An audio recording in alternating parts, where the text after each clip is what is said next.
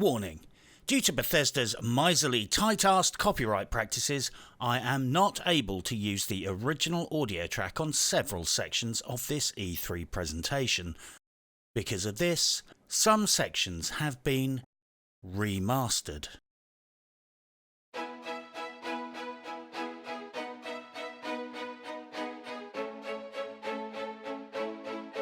Get in the bunker, it's crunch time, you peasants. Those balloons are 200 atoms each. No, you cannot have a refund on Fallout 76. We know it's shit. Welcome to the cult of Bethesda. Leave your wallets with us. A fucky mobile game. Zombies. Meditation practice at the cult of Bethesda. That girl is really hot.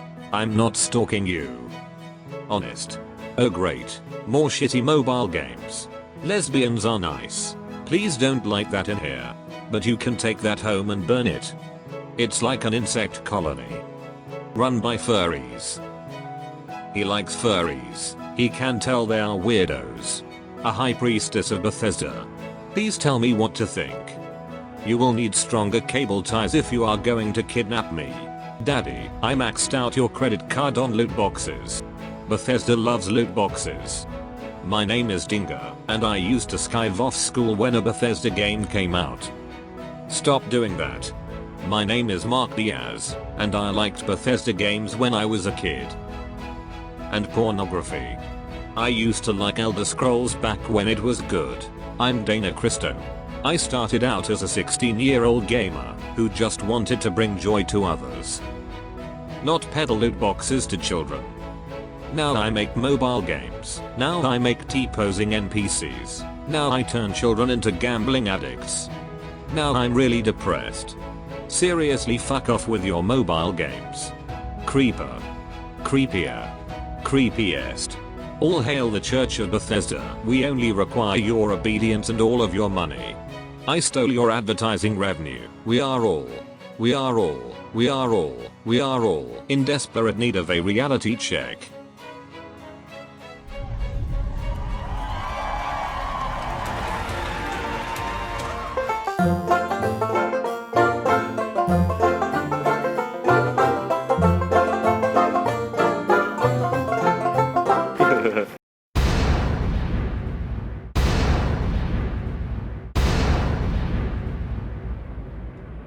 Yes, Bethesda has yet again used copyright-protected Enon Zur music during its trailers. Remember how loads of YouTubers got their biggest ever Fallout 4 videos hit with copyright claims and lost all the revenue because Bethesda didn't pay for the music rights? Yeah, they pulled that stunt again. So lots of people promoting Bethesda's games as a special thank you from Todd got the precious gift of giving all their fucking advertising revenue to Enon Zur and fucking record companies. Thanks for that, I guess. So during this video, I have been forced from time to time to replace the dialogue with a robot. YouTube demonetizes videos using bots. Dubai has started policing using robots. Google censors searches with bots. And very soon, you will probably lose your job to a robot too.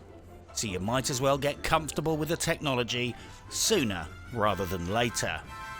Disclaimer. I need to be transparent about my previous religious affiliations. Prior to the abomination that was Fallout 76, I was a self-medicating acolyte of the Church of Bethesda. I was a professional apologist and fully paid up cult member who defended every bug, glitch and broken promise. The launch of Fallout 76, the withdrawal of the rights to a refund, and the general dishonesty and anti-consumer practices was precisely the slap I needed to wake me up from my dream state. So if I come across as skeptical, untrusting, cynical, well, that's just me on a normal day, but I may be a little more sour than usual because, well, they deserve it. I'm not a hater of Bethesda. They have made some of my favourite games of all time. I have just realised that it's okay to acknowledge their achievements in their greatest games without feeling morally and spiritually obliged to defend every anti-consumer practice or fucky over-monetized phone app they spit out of the window. My relationship with Bethesda is like having a creepy cousin who is brilliant at oil painting when he's in rehab. I can appreciate the beauty of some of his artistic creations, but I'm fucked if I'm going to corroborate his cover story when the cops come knocking on the door asking me why he was hanging around the park with a stiffy and cable ties at 3 AM in the morning. I will also largely be using the word Bethesda as a catch-all phrase, as usual. Bethesda Game Studios makes video games. Bethesda Softworks publishes video games. And Todd Howard lies about video games. All three of them are owned by ZeniMax Media, a privately owned company. So yes, I am a disillusioned Bethesda fanboy, but you have my word that to the best of my abilities this will be a fair and unbiased analysis, free from hyperbole. So let's begin. The best analogy for understanding the enigma of Todd Howard and Bethesda is Harold Shipman, the British mass murderer who killed over 250 patients. You see, if you have a great reputation, you are respected by the community and are perceived to be benevolent and compassionate, then you can often quite blatantly get away with murder, both metaphorically and literally. All the facts were there in plain sight, but most people chose to ignore them. Shipman was literally a convicted pethidine addict, implicated in drug peddling scams, fired from one job, with a trail of dead fucking grannies in his wake. But the power of reputation blinkered most people from coming to the obvious conclusion that this fucker was dropping people faster than the Grim Reaper. But not everyone was fooled by this guy. The problem was that nobody was asking the right people for their opinions. As one police officer later noted, as soon as he mentioned Harold Shipman to one of his elderly patients, she casually referred to him as Dr. Death, which was apparently his nickname amongst a whole group of his elderly charges. He might have done a good job of getting away with his crimes, but he certainly wasn't doing a good job of keeping it a secret. You see, his reputation in the community shielded him from criticism. But there were plenty of individuals within that community who saw straight through the guy. But I guess nobody gave enough fucks to go and speak to the friends of the hundreds of grannies he'd been killing off like flies. This is why Harold Shipman is the perfect analogy for Todd Howard.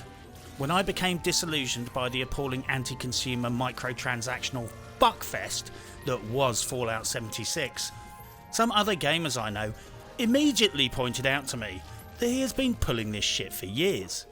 Fallout 76 wasn't the start of this fuckery, and sure enough, the more I looked into it, the more I realised that Todd Little Lies Howard had done a Harold Shipman on me, and I had been an apologist for all of his crimes. The buggy games they never bothered to fix, pumping microtransactions retroactively into Fallout 4, Elder Scrolls Online microtransactions, the fucky mobile games, recycling existing game assets and reinserting them into games as microtransactions, the aggressive monetization, pay-to-win mechanics and overpricing, the relentless lying, bullshitting and overselling of video games, and as my esteemed colleague Coach Toolshed pointed out to me, the horse armour from Elder Scrolls Oblivion as far back as 2006. Which means, as far as we can tell, Bethesda may actually be the shitehawks who invented cosmetic microtransactions. All the evidence has been there in plain sight for all to see, but because of their reputation and the occasional stunning game they produce, most people, including myself, chose to ignore the facts. I would also note that I think Bethesda has done very well out of its acquisition of the Fallout rights and the confusion over Bethesda Softworks, the publisher, and Bethesda Game Studios, the people who make buggy games. Frequently Bethesda takes credit for the games they didn't even fucking make, but just distributed. But all we ever spot on the box is the Bethesda logo, and we chalk it down to that good old Bethesda magic. I'm not saying Bethesda don't make good games, because they have made, or at least financed and distributed, some spectacular games.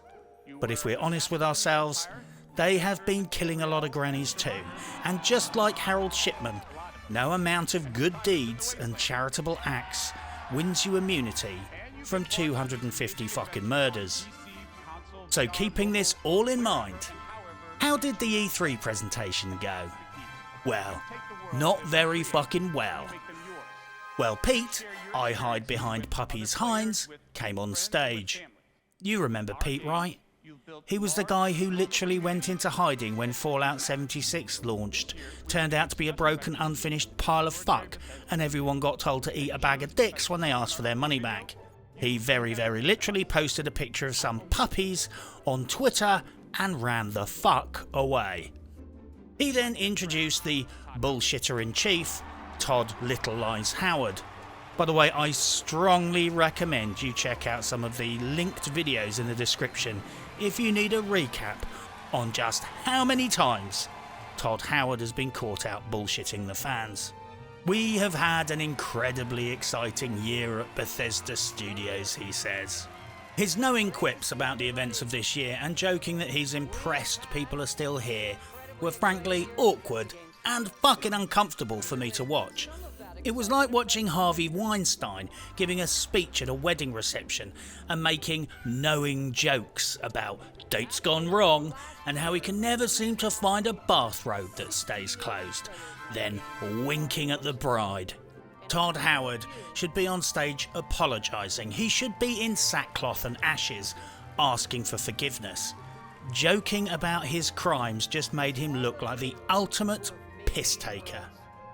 We have had an incredibly exciting year at Bethesda Game Studios.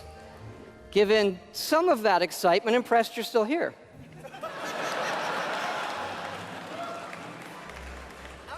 Not only did he preside over the scamming of millions of loyal Bethesda fans, but he thinks it's funny to joke about it. With the fans that have remained loyal. If I was a Bethesda fan sitting in that audience, I would be seriously questioning my choice of hero. Then he started bragging about having 60 million players this year, and the penny dropped. Fallout Shelter cost them peanuts to make, was crammed full of microtransactions and pedo caches, and it made them a fucking fortune. Bethesda are in the mobile business now. Plain and fucking simple. Then he did it. After starting E3 trying to sell Fallout 76 as a win, the first game he introduced was Elder Scrolls Blades. A fucky, paywalled, time-gated, pile of fuck abomination phone app. The irony was not lost on me. He was really talking to the company owners, but it was the customers/victims who were cheering. Well, if this is a race to the bottom, we can congratulate Bethesda because right now, their biggest video game accolade of 2019 is this. They are giving Candy Crush a run for its money. Yeah, that's the world we live in now, a world where Bethesda is proud that it's competing well with Candy fucking Crush and Angry Birds. Fucking brilliant. This part of the show was like watching a vicar at the pulpit bragging about how many times he can wank in a day. Not now, not in this place, and not you. Then they brought in seemingly credible developers to jibber-jabber about Fallout 76 again. I was fucking incredulous at this point. 15 minutes into E3, and so far, all we got was this. Todd It Just Works Howard pissing down the audience's back and telling them it's raining, bragging about Fallout 76, nomination for Worst Game of the Decade, and fucking mobile apps. Bethesda, the people who brought us Elder Scrolls. They rolled out a cinematic trailer of the Wastelanders expansion, which had an unrivaled degree of beauty and visual fidelity. It was certainly better quality than you will ever see in the actual damn game. The Year 2 content is coming for Fallout 76. It's got NPCs, new quests, new gear, and no doubt even more microtransactions. And here it is, people. This is live service. They make the worst game of 2018, and it's a full year later, before it's even semi-serviceable. And I ask you this, if nobody was buying anything from that fucking microtransaction shop, do you still think they would really be supporting this game? I doubt it. And just when I thought this self-congratulatory cringe fest couldn't get any worse, they pulled out all the stops and proved me wrong yet again. Fallout 76 is getting Battle Royale mode. Yeah, the sick joke meme of 2018 has become a reality.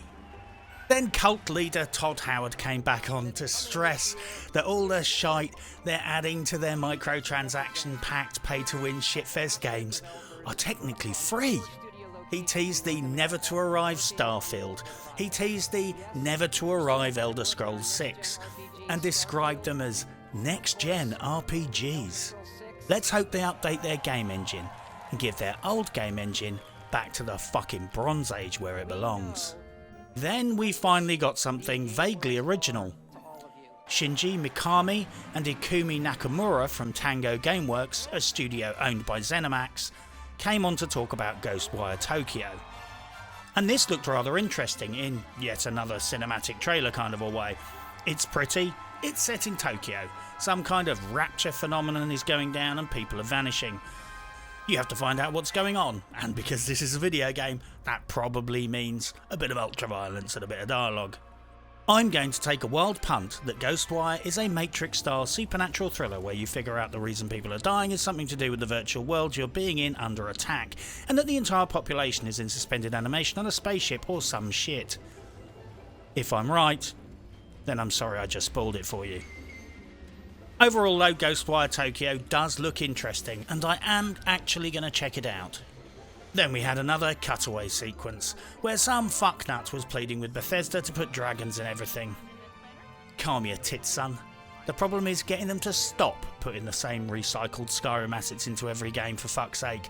Don't encourage them to do it more often. Then Chad Gonad came on to try and convince us that Elder Scrolls Online was brilliant and not a microtransactional blanket bombing. This game largely passed me by. I tried the demo a long time ago and it was such a mess I never went back. But I did go to the online store to take a look, and fucking hell, what a bloodbath. There is a premium membership for £100 a year and you can literally buy anything for cold hard cash. Imagine World of Warcraft, where you have to buy everything, including aspects of the game world like merchants. Yes, summonable merchants. For a mere £35. Let that fucker sink in. Suddenly, shitty race-specific haircuts for £6 seem like a fucking bargain. Seriously, this game has a literal catalogue of microtransactions you have to negotiate. I had no idea that Elder Scrolls Online had degenerated to such a degree. It certainly explains why they thought Fallout 76 was a good idea. I have not been actively playing Elder Scrolls Online, so I may be full of shit, but as someone checking it out on their website, it appeared to have crossed the Rubicon between store and game, and basically looked like a shop with a bit of game attached. Then we got another mobile game, Commander Keen. Putting aside the fact that Commander Keen is an obvious psychometric ambush, microscopically crafted and engineered to extract users' money from their bank accounts all around the world, and instantaneously deposit it in some offshore tax haven. Putting aside the fact that this game is a syphilitic stain on the gaming world and a pox on Bethesda's house. Putting this all aside, I feel it's only fair to note that going helmet to helmet, you can also go helmet to helmet with other players, might actually mean something you didn't think it means. Certainly here in the UK, that is a pretty weird sentence. Then Pete, I hide behind puppies Hines, walks back on stage and utters a fucking delusionally conceited statement. At Bethesda, we, like you, love mobile games. Here at Bethesda, we, like you, love mobile games. Factual correction, Peter. I shit on mobile games. Many gamers hate mobile games. Many of your customers are pissed off you focus more on mobile games than fixing the fucking games you've sold to us already. Then he started banging on about Fallout Shelter, Elder Scrolls Legends, and frankly, it was all a bit sad. 40 minutes into the show and Bethesda, the former darling of the gaming world, had basically bleated on about mobile apps and only mentioned one actual video game that has not yet proved to be an unmitigated disaster. Then we got the stunningly conceited promo for Elder Scrolls Legends, where the subliminal message was simple. Obsessively phone wanking over a mobile app is not only a sociable activity, but a great way to meet sexy women apparently. I can say from personal experience that if you want to meet attractive women using a smartphone, you don't do it like that. And you might want to make sure you've got a credit card on you.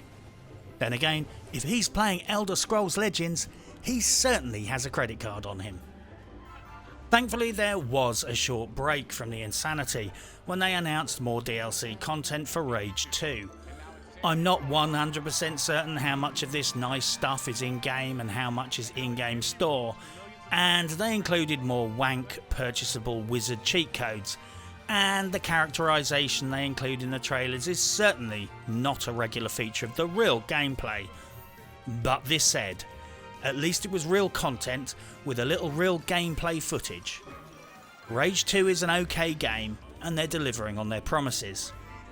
But as I said that, I realised that the industry must be in a bad shape when delivering on agreed content that people have already paid for is now considered good news rather than expected. Then Jerk Gustafsson from Machine Games Uppsala in Sweden came on to talk about Wolfenstein Cyberpilot, a VR asset flip, and Wolfenstein Youngblood, a non-VR asset flip. And he is best described as obsessed with Nazis. Right out of the gate, he's bleating on about Nazi scum, bringing Nazi killing to VR, having even more evil Nazis to kill. You can kill those Nazis with a friend, doubling up on shooting, stabbing and killing Nazis. Even his fucking Twitter feed reads, "There are a lot of things you can do with a hatchet and a Nazi." He said all of this with a glee and fervour of someone settling old scores for his great-grandparents. Nazi scum, bringing Nazi killing. If you haven't fought Nazis in VR, you don't know what you are missing. Even more evil Nazis to kill. You can kill those Nazis with a friend. Partner with a pal to double up on shooting, stabbing, and killing Nazis.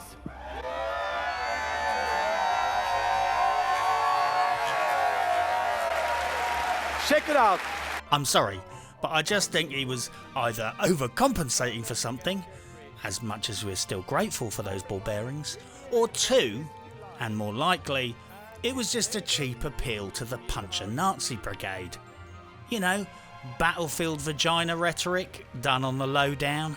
Anyway, Jerk Gustafsson's wild-eyed stare and drooling obsession with killing Nazis was a little bit strange, even by my standards.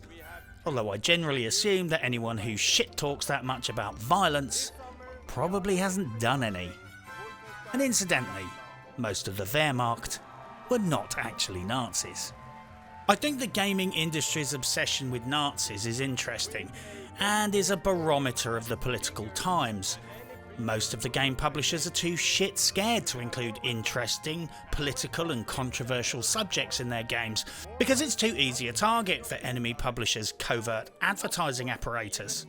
Just take a look at the grief Cyberpunk 2077 is getting, just for taking a few risks with its narrative, and they have literally done nothing wrong.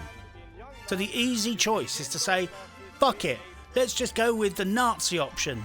Everyone hates Nazis, right? We can dehumanise those guys and no fucker will criticise us. And if someone does, we can accuse them of being a Nazi too. Personally, I'm uncomfortable with the notion of dehumanising any political or criminal group. Once you dehumanise, you fail to analyse and understand motives and learn from history. Furthermore, you're only one step away from atrocity. Once you establish a precedent of dehumanisation, then all you need to do is assign some other person to that group, and now you have legitimised committing abuses against them. And this is something we're seeing right now in the political landscape with the likes of punch a Nazi, establish that some groups don't deserve justice, accuse someone of being in that category, then you can abuse them, guilty or not. The irony is that this is exactly what the Nazis did to facilitate their atrocities. Now other people on the political spectrum are using the same exact tactics themselves. Given the politically polarised, media manipulated and increasingly ideologically aggressive times we live in, I think we should all perhaps be learning from the example of people like Daryl Davis, the African-American musician who befriends members of the Ku Klux Klan and forces them to challenge their stereotypes by getting to know him. He is a living embodiment of Yoda. Surely that's better than deplatforming people or just punching them in the street because you don't like the way that they think. All this being said, there are very few statements that I would consider immutable. One is that everyone, whatever their alleged crimes, deserves due process in law. And two, shooting Nazis in video games is admittedly quite good fun. On the subject of virtual reality, I'm not convinced the tech is quite there yet, and still reminds me of 1980s 3D technology. You know, it's just not really finished yet. When you can play it for 10 hours without getting a sweaty head, ocular degeneration and neck strain, I'll probably try it out. But I don't reckon it'll catch on properly until the glasses are the size and weight of sunglasses and they don't make one of your fucking eyes pop out. Plus you have to have a living room the size of a fucking basketball court, or you'll just end up kicking your TV screen or punching the wardrobe. Then we had Dinga and Sebastian from Arcane Leon turn up to continue this year's E3 trope of swearing self-consciously on stage and then looking awkward about it. It's really fucking cool! Probably because it was scripted for you and you didn't feel totally comfortable with it. Like a child swearing in front of their parents for the first time and then feeling immediately embarrassed whilst looking at their friends for signs of approval. Seriously, everyone has been swearing awkwardly on stage this year. It's hilarious. Like they've been told to by the PR guys, but they're simply not okay with it. I hate to pull an Anita Sarkeesian, but I'm always available to work as a consultant if anyone needs any advice on swearing. Anyway, I hate to draw on cultural and social stereotypes, but frankly, it didn't come as any great surprise to me that the most original and creative game shown by Bethesda this year came from a subsidiary studio based in Lyon, a French city that embraces the arts to the point that the local graffiti removal services ignore graffiti done by the Birdie crew because they consider it to be part of the city's cultural heritage. I'm not convinced that the same level of creativity would be easily generated in a location like Deptford. Obviously, there was no actual gameplay footage, but the cinematics got my attention. It looks like some kind of sci-fi combat mashup where stylistically blaxploitation movies collide with 70s James Bond, with undertones of Shirley Bassey. Fucking hell, I'm starting to sound like a food critic. Anyway, it looks original, and it seems to have a plot, so I'm interested. Robert Duffy and James Altman came on stage to discuss middleware, and I would note that Robert Duffy had a walking stick, and then suddenly it hit me. The game publishers bleat on all day about inclusivity, but I can't remember ever seeing anyone on that E3 stage with an indicator of disability or ill health. I don't want to read too much into this. For all I know, Robert Duffy has a walking stick because he sprained his ankle kicking the shit out of a homeless person, but it was actually refreshing to see someone on stage that was not physically perfect. So credit to them. Seeing a walking stick on stage was actually a very human and down-to-earth thing to see, and did serve as a little reminder that despite all the rhetoric of inclusivity from these game publishers, when it comes to representing their corporate image on that E3 stage, clearly most publishers are not comfortable with less than physically perfect specimens representing them. So credit to Bethesda. If it had been Ubisoft, they would have probably banned him from attending. Fuck, if it had been Ubisoft, they probably would have fired him. If I ran a game publisher, I would get rid of booth babes and replace them with people in iron lungs. I would only hire public relations and community managers if they had Tourette's. And I would drive onto the E3 stage on my glitter-covered mobility scooter, which I have upholstered with the human skin of my victims. Hypothetically. Anyway, then they started to talk about boring shit without no evidence. This year's E3 theme. Orion is a group of patented technologies that optimise game engines for cloud streaming. Yes, more fucking cloud streaming shenanigans. Colour me cynical, but the following two words should never be in the same sentence. Bethesda and optimisation. I just don't believe them. Bethesda can't even optimise their own fucking games and rely on thousands of unpaid volunteers from Nexus mods. But now apparently they are the go-to guys for optimising everyone else's games. Sorry, but I call bullshit and stage magic. Besides, fuck game streaming. It's just a fucking monopoly control mechanism to take games away from people and paywall access. So fuck the lot of them. I will wait to be amazed, but their presentation promised the moon on a string but didn't seem to show any hard data. It lets you stream at reduced cost. Well, most people in the UK can stream for free. It lets me stream my game at max settings. How? And what game? Every game? I can't play every game at max settings. When I'm not streaming, it's faster and better. Faster and better than what? Where are the benchmarks? This was big on boasts and gave zero fucking data. The demo could have been her streaming it from backstage over Wi-Fi, and you know what? It probably was. Look, everything works perfectly in a stage demo. Unless you're Randy Pitchford.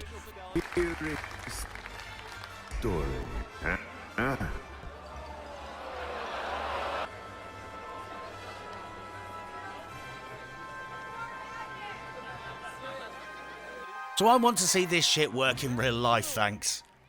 We did at least get some Doom Eternal in-game footage. But whoop-de-fucking-do, that's an asset flip Doom game. They did hint at expanding the game geographically outwards, and at first I was worried they were going to say open world, God forbid. But I think maybe they're going to have a less linear approach, which I won't argue with. That sounds interesting. Anyway, for once we finally got a big fat dose of heavy-duty Doom Eternal gameplay, and it was exactly the orgy of ultra-violence that we have affectionately come to know and love. Doom Eternal releases November 22nd, 2019, and they'll be selling a special edition that comes with a helmet. I'm sorry, but after the whole canvas bag scandal, you know the memes are incoming. They announced a player versus demon PvP mode, kind of akin to Alien vs Predator mode, I guess. This was nice, at least it wasn't Battle fucking Royale. They finished off with a bit of slithering from Pete, you will find him under a rock, Hines. An interesting phenomenon this year was the amount of misfiring and mistimed cheers, screams and yells from the audience. I think this shit needs to be kept in check, to be honest, because it was reaching the point of disruption. It won't be long before some PR guys join the dots and realise the best way to disrupt a rival publisher will be to just send some stooges into their show and just reverse heckle. Just tactically scream support and cheer mid-sentence to constantly trip up the presenters. Trust me, these dirty PR bastards are capable of far worse. Christ, it might turn out that that's what started to happen this year. It brings me no joy to rag on Bethesda. For a very long time they were my favourite developer and publisher. Fallout 3 and Skyrim were pivotal gaming moments for me personally. I'm glad they've rolled back some of the damage they have done since Fallout 76. They did not abandon the game after all. They are adding more content, including NPCs and quest shit. You know, that basic bitch content that should have been there anyway right from the start. But fucking hell, it's a bit rich that they get up on stage and claim it's all about the players. In the same year they changed legal terms and conditions so that you need to go into legal arbitration just to stand a chance of getting a fucking refund. Even if you're owed one. It's not about the players. You don't get to issue end-user license agreements which deny 100% of refunds, sign away people's rights to take you to court, and force people to risk financial bankruptcy if they pursue arbitration, and get to say, it's all about the players. It's precisely and legally anti-player and anti-consumer. This year's E3 was mobile apps, live service, fucktardery, Doom and Wolfenstein asset flips, with a little bit of original product developed by other studios. This is a format now being adopted vocally or quietly by most AAA publishers. Keep flipping the same fucking games over and over in the pan until they are burnt to a fucking crisp, because it saves money on pancake mix. They're surviving on legacy, recycling, acquisitions from smaller studios, and mobile games now. Ghostwire Tokyo and Deathloop look interesting. Doom Eternal will as always be Doom, so it'll be fine. The rest was an exercise in salesmanship and rehashed assets. They have QuakeCon and DoomCon because people want to see that shit. Nobody wants to see their fucking mobile games or their pay-to-win bullshit. If they held a live service con or a mobile app con, no fucker would attend that. Not to be confused with MobiCon, of course. I'm even starting to suspect that mobile games and microtransactions are Bethesda's core business now, and they are only keeping the mainstream video games alive because it benefits their brand image. Nobody is going to an E3 Expo to watch 90 minutes of mobile games. I think more publishers are going to go down this route, core business being monetization, microtransactions and apps, with a few traditional games thrown into the mix for the credibility factor and padding out the show. Bethesda should have showcased Ghostwire Tokyo, Deathloop, Doom Eternal, Wolfenstein Youngblood, then shown mercy and kicked every last fucker out. And they probably shouldn't have let Todd Howard in the first place.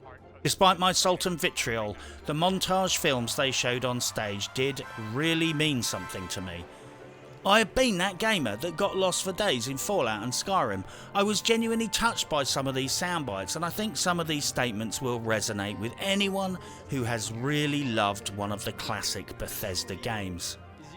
But in 5 years' time, does anyone honestly think they'll be able to do these kinds of montages again, with people opening their hearts up to the camera, talking with emotional vulnerability about that loot box in Fallout Shelter, Captain Cunting Keen's helmet, or how long they waited to open that loot crate in Elder Scrolls Blades?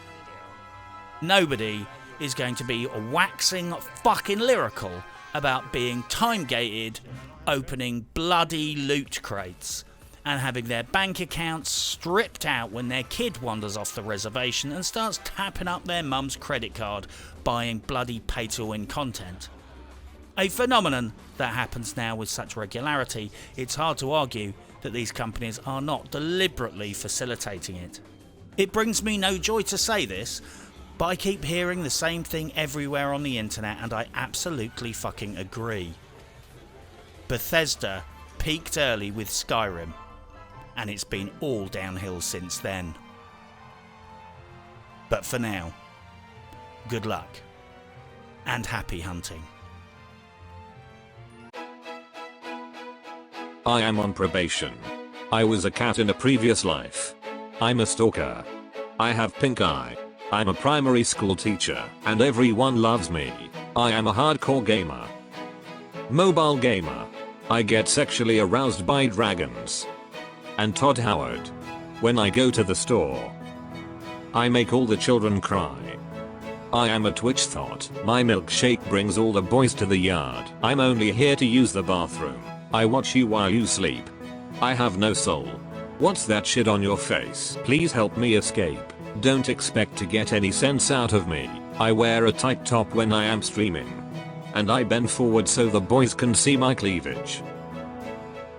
Wherever you go, I will find you. I like microtransactions, pedo caches, and drinking milk from a saucer. I'm only here to meet girls that like dressing up in strange costumes. I murdered my ex-wife and buried her in the playground. Who's laughing now? Bethesda games are so much better. Now they have put them on mobile and stuffed them full of microtransactions. Said no one ever. When I steal from kids I get jail time. When Bethesda steals from kids they win awards. Once everyone is inside, they lock all the doors. I wear a Bethesda uniform on the outside, and I think Bethesda thoughts on the inside. Cats have barbed penises. FYI. My perfect date would be a threesome with Todd Howard and a dragon. But I would settle for just the dragon.